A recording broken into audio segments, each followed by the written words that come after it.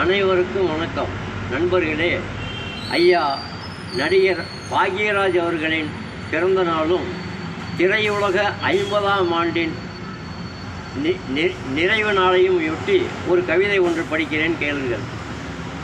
ஐயா பாக்யராஜ் அவர்களுக்கு பிறந்த நாள் வாழ்த்து.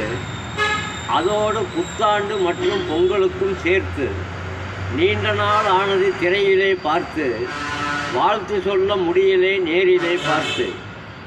திரையுலகால் அறிமுகமானவர் இவர். இவரைப் போல் மனதில் நிலைத்தவர் எவர்? புகழின் உச்சிக்கே சென்றவர் இவர். இவர் புகழை அறியாதவர் எவர்? சுய உழைப்பால் முன்னேறினார் அன்று, அடையாளம் காட்டினார் சோதனையை வென்று.